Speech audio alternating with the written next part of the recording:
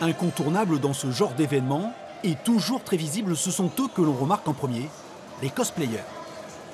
C'est un costume d'une série ou d'un film ou d'un jeu vidéo qui nous tient à cœur. J'ai un peu mélangé, c'est une veste de Akatsuki dans Naruto. J'ai le chapeau de paille comme dans One Piece et puis je me suis mis un Pikachu comme dans Pokémon. Pendant 2 jours, du rétro gaming sur d'antiques consoles aux expositions consacrées aux comics, le premier Geekfest de Poitiers s'est voulu fédérateur. Dans une ambiance toujours festive, objectif, rassembler les amateurs de pop culture. La pop culture aujourd'hui est une culture très très large qui génère différentes communautés et différents points de vue.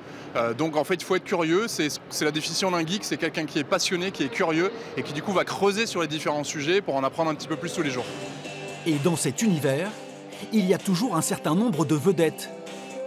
Des figures imposées qui attirent. Dina est vice-championne du monde de Just Dance.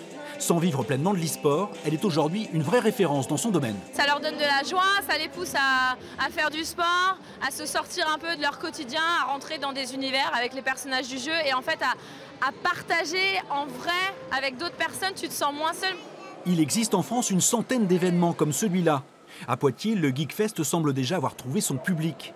Pour cette première, importée de la région bordelaise, ils étaient près de 8000.